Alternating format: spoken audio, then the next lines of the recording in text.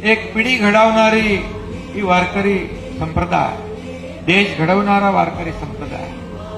आज समाजाला आपली गरज आहे. वारकरी बांधवांनी कधी चिंता करायची नाही. माझं एकच स्वप्न आहे, सुखी झाला पाहिजे माझा कष्टकरी आणि भयमुक्त झाला पाहिजे माझा वारकरी.